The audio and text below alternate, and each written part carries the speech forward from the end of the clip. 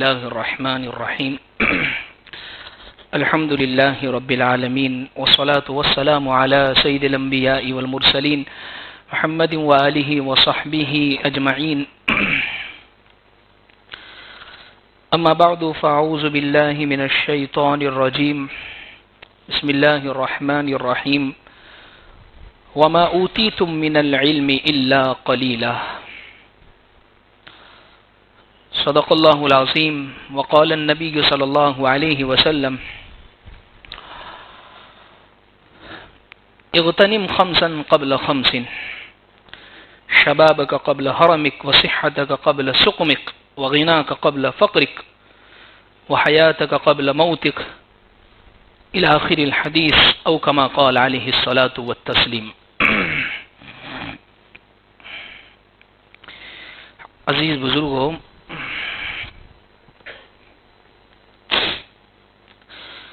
اللہ نے پھر کچھ دنوں کے بعد ہم تمام کو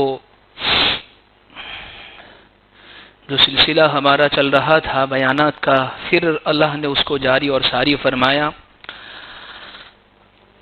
اللہ سے دعا کرے اللہ مجھے صحیح کہنے، ہم سب کو اس پر عمل کرنے کی توفیق عطا فرمائے. کورونا کی دوسری لہر، چند باتیں اس نے سمجھائی ہیں. اس سے پہلے بھی جب کئی مہینوں کے بعد بیانات کا سلسلہ شروع ہوا تھا تو میں نے چند باتیں اس حوالے سے ذکر کی تھی کہ یہ جو زمانہ ہم نے گزارا ہے وہ چند سبق ہمیں دے کر گیا ہے. یہ دو دور ابھی گزرا ہے اخیر میں، سیکنڈ ویوز. 5 سبق میں نے اس سے سیکھے ہیں، ہم سب نے اس سے سیکھے ہیں. اللہ کرے کہ یہ سبق صحیح معنی میں ہمارے لیے عبرت کے سبق بن جاوے. عزیز بزرگوں، سب سے پہلی بات تو یہ سمجھنے کی ہے، بہت سارے لوگ اسی بحث میں اب تک پڑے ہوئے ہیں کہ یہ ہے کیا، یہ ہے کیا، یہ وبا ہے کیا، یہ بیماری ہے. یہ بعض لوگ کہہ رہے ہیں یہ قدرتی آزمائش ہے، بعض لوگ کہہ رہے ہیں یہ بایولوجیکل وار ہے، یعنی جراثیم کو پیدا کر کے اس سے انسانوں کو ختم کرنے کی سازش ہے. بعض لوگ کہہ رہے ہیں چین کو سپر پاور بننے کی یہ ایک سازش ہے. بعض لوگ کہہ رہے ہیں کہ امریکہ یہ چاہتا ہے کہ چین کو اس کے ذریعے سے دبایا جاوے. بعض لوگ یہ کہہ رہے ہیں کہ یہ 5G ٹیسٹنگ کا نتیجہ ہے، اور بھی بہت ساری، جتنے منہ اتنی باتیں. لیکن ایک بات میں اس پر ضرور کہوں گا، وما اوتیتم من العلم الا قلیلا. اللہ فرماتے ہیں انسان تجھے بہت تھوڑا سا علم دیا گیا ہے، بہت تھوڑا سا علم دیا. تھوڑے علم والا کامیاب نہیں ہوتا ہے، تھوڑے علم والا صحیح فیصلے نہیں کر سکتا ہے. اس لیے ہمیں اللہ تبارک و تعالیٰ کے اس کو حوالے، اللہ جانتا ہے یہ کیا ہے، اللہ کو معلوم ہے یہ کیا ہے. ہمارے ذمے جس طریقے پر حالات بنتے ہیں اس کے مطابق تدابیر اور کوششیں اختیار کرنی ہے. بحث مباحثے جھگڑے میں نہیں پڑنا ہے. وہ 5 سبق جو ہم نے سیکھے ہیں، سب سے پہلی چیز یہ ہے، اور عجیب بات یہ ہے، دیکھیے میں آپ سے ذکر کروں، شاید اس دنیا میں بہت سارے حادثات، بہت واقعات اور بہت ساری آزمائشیں، دور، طوفان، زلزلے اور اسی طریقے سے بیماریاں، حالات، بہت کچھ دیکھے ہیں اس دنیا نے آدم علیہ السلام سے لے کر اب تک. لیکن لوگ، علماء ایسا کہتے ہیں، شاید اس دنیا کے اندر سب سے بڑا جو حادثہ جو پیش آیا، سب سے بڑا جو حادثہ جس نے پوری دنیا کو اپنی لپیٹ میں لے لیا تھا، وہ حضرت نوح علیہ السلام کے زمانے میں آیا ہوا طوفان تھا. کشتی میں جتنے لوگ تھے صرف وہ بچے، باقی پوری دنیا کے اندر پانی ہی پانی تھا. اس لیے حضرت نوح علیہ السلام کے بعد جو دنیا بسی ہے وہ نئے سرے سے ایک دنیا قائم ہوئی ہے. حضرت نوح علیہ السلام کو سیکنڈ آدم، دوسرے آدم کہا جاتا ہے. آدم علیہ السلام سے دنیا بنی، نوح علیہ السلام سے پھر ایک دنیا وجود میں آئی ہے. علماء کہتے ہیں کہ شاید طوفان نوح کے بعد اس دنیا کے اندر سب سے بڑا جو حادثہ جو پیش آیا ہے یہ وبا اور یہ جو حالات چل رہے ہیں. دنیا کے 210 ممالک اس کی لپیٹ میں آ چکے. خیر، اللہ ہم سب کی حفاظت فرماوے. لیکن اس میں سیکھنے کا سبق یہ ہے، سب سے پہلی چیز یہ ہے، یہ یقین ہو گیا ہے کہ جمال، جلال اور مال یہ انسان کے ہمیشہ کام نہیں آ سکتا ہے. پیسہ، مال، جلال خوبصورتی، جمال خوبصورتی اور جلال طاقت، عہدہ، مرتبہ، یہ کچھ کام نہیں دیتا ہے. یہ اس دور نے، ان حالات نے ہمیں سمجھا دیے ہیں. کس طریقے پر لوگ آکسیجن کی کمی سے گزرے ہیں، مال دے کر، پیسے دے کر، عہدے لڑا کر، اور اسی طریقے سے اپنے رسوخ کا استعمال کر کے یہ چاہتے تھے کہ ہمیں آکسیجن مل جاوے، یا اسی طرح بیڈ مل جاوے، یا سانسیں مل جاوے. لیکن یہ بات سمجھا دی ہے کہ واقعی جس کا وقت آ گیا ہے تو یہ سب چیزیں اس کے کچھ بھی فائدہ نہیں دیتی ہیں. حقیقت میں اس دور نے یہ چیز سمجھا دی ہے.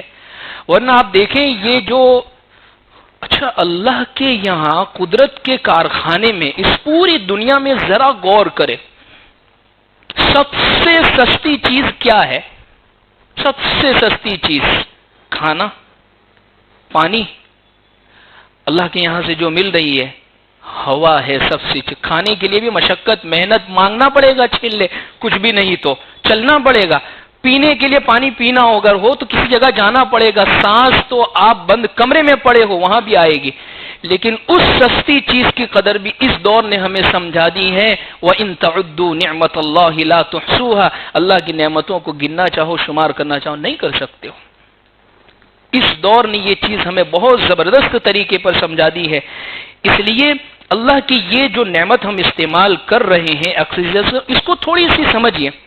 ہم کتنا اس کو استعمال کر رہے ہیں روزانہ.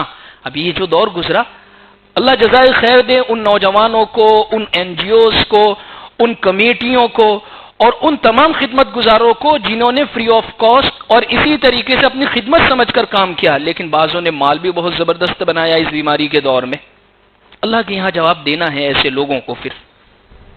لیکن میں یہ سمجھانا چاہتا ہوں کہ اس سانس کی قدر و قیمت، اور یہ سانس جو اللہ کے یہاں پر کتنی زیادہ قیمتی ہے اور کتنی فری رکھی ہے. ہر ایک منٹ کے اندر ہم آکسیجن جو لے رہے ہیں، تقریباً 7 سے 8 لیٹر آکسیجن ہم اندر لے رہے ہیں ہر ایک منٹ کے اندر. آرام سے ریسٹ کی، اطمینان کی حالت میں انسان 7 سے 8 لیٹر تک آکسیجن ایک منٹ میں لیتا ہے. پورے دن کے اندر تقریباً 11,000 لیٹر آکسیجن ہم اپنے اندر لے لیتے ہیں.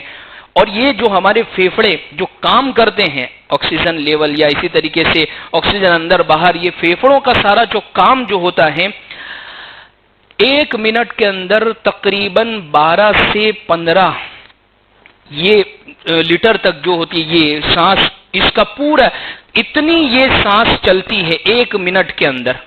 اور ایک دن کے اندر 17,000 مرتبہ انسان سانس لیتا ہے، اور ایک سال کے اندر 60 لاکھ مرتبہ انسان سانس لیتا ہے.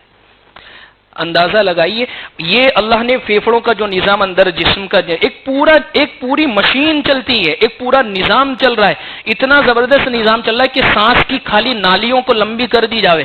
دیکھیں بہت سارے لوگ کووڈ سینٹر اس وجہ سے نہیں بنا پائے، اور یہ آکسیجن اس وجہ سے نہیں لگا پائی کہ ان کے پاس جگہیں نہیں تھی، ان کے پاس پائپ لائن کھینچنے کے لیے اور فٹ کرنے کی وہ سب جگہ نہیں تھی.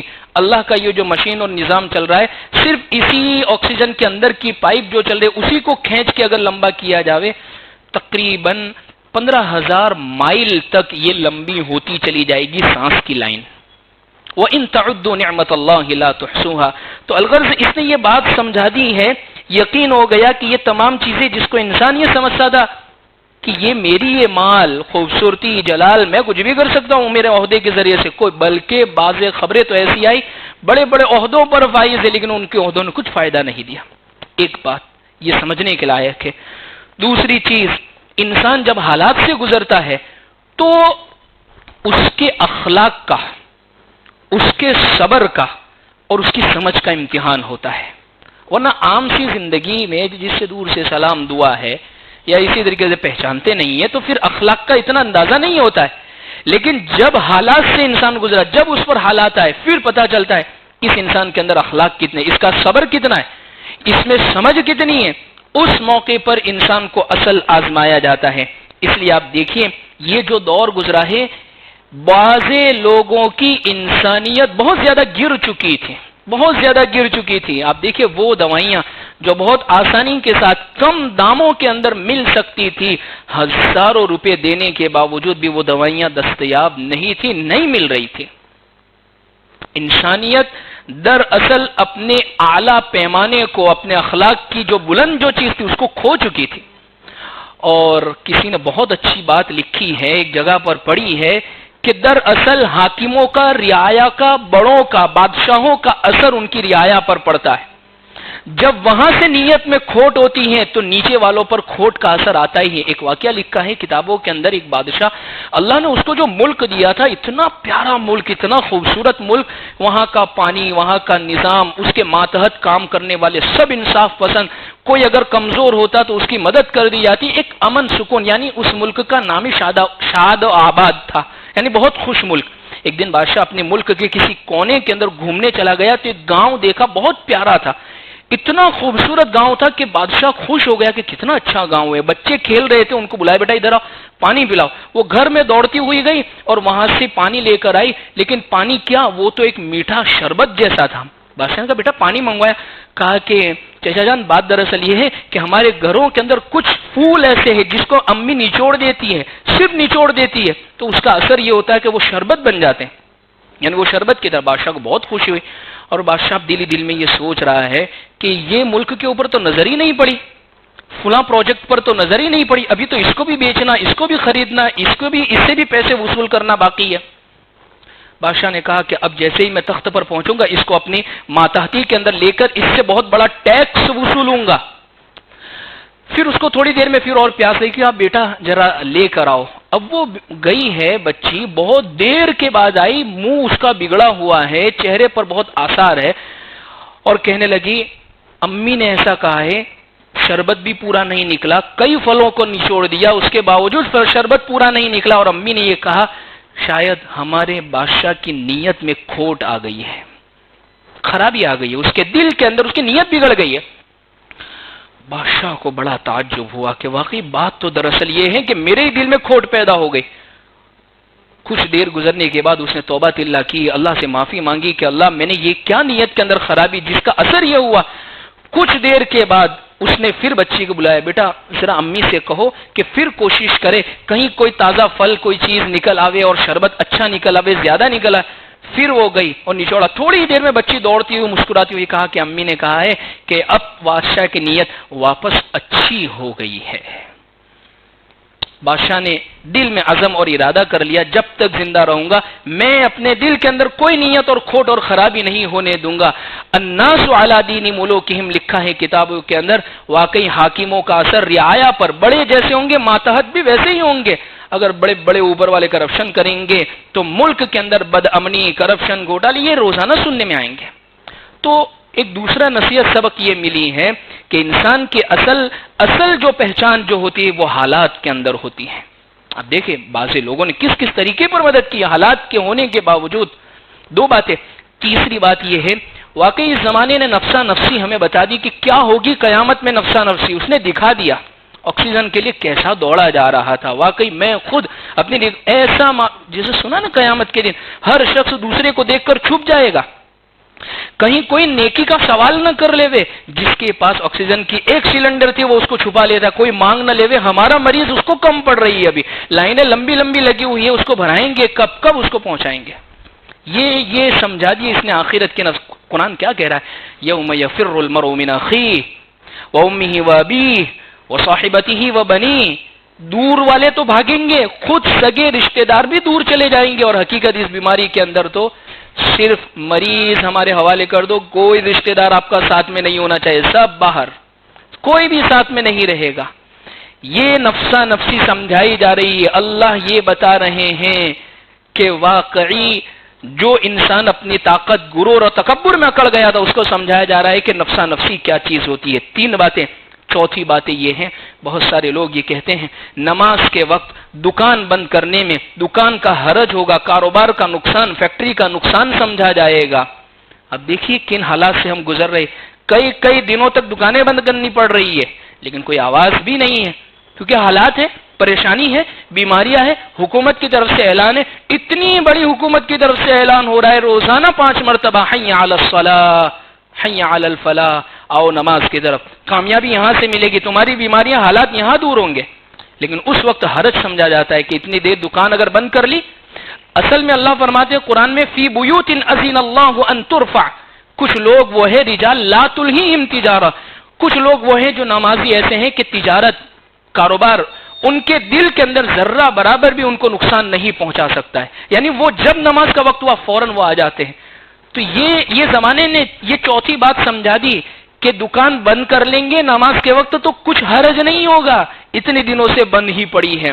اور پانچویں اور آخری بات دیکھیے، اللہ کے ہر حکم کے اندر، ہر بات کے اندر حکمت چھپی ہوئی ہوتی ہے۔ اس دور کے اندر کیا حکمت چھپی ہوئی ہے؟ بس ایک چیز سمجھا دی، موت آ کر رہے گی، آ کر رہے گی، کتنا بھی بھاگ لو اس سے۔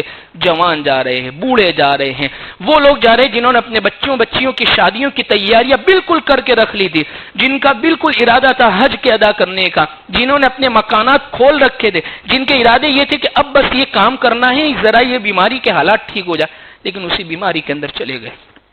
سمجھا دیا اس نے یہ بات کہ دراصل موت جو ہے وہ آ کر رہے گی، یعنی اللہ انسان کو یہ سمجھانا چاہتے ہیں، اے انسان، حضرت انسان، تو اپنے آپ کو یہ جو سمجھ رہا ہے کہ میں اور محفل رونق ہو، میرے بغیر محفلیں سونی ہیں، تو اللہ نے بتلا دیا اتنی بھی سونی نہیں ہے جتنی آپ سمجھ رہے ہیں۔ آپ کے جانے کے بعد یہ دنیا ویسے ہی آباد رہے گی، لیکن اگر آپ نے کوئی عمل نہیں کیا تو وہاں پھر پچھتانا پڑے گا۔ اللہ ہمیں صحیح معنی میں ان باتوں پر عمل کی توفیق عطا فرمائے۔ وآخر دعوانا الحمدللہ رب العالمین۔